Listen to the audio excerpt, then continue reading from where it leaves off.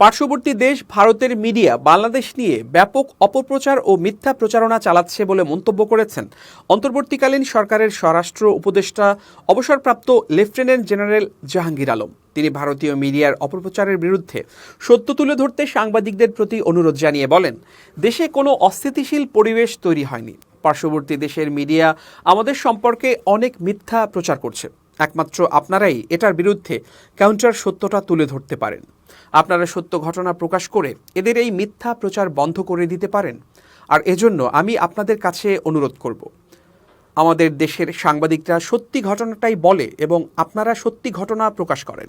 তাহলে যারা অপপ্রচার করছে তাদের মুখে চুনকালি পড়বে। সোমবার সকালে রংপুরের পীরগঞ্জে মদনখালী ইউনিয়নের জাফরপাড়ার বাবনপুর গ্রামে যান তিনি।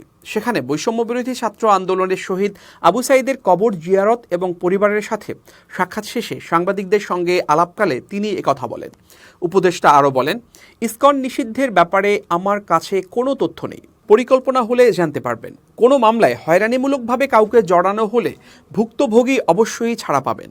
আন্দোলন ঘিরে যারা মিথ্যা মামলা দিচ্ছেন আমরা তাদেরও আইনের আওতায় আনব এবং মিথ্যা মামলায় যেন কাউকে শাস্তি ভোগ করতে না হয় এ ব্যবস্থাও আমরা নিচ্ছি। এজন্য পুলিশের পাশাপাশি ডিসিদের সমন্বয়েও কমিটি গঠন করা হয়েছে।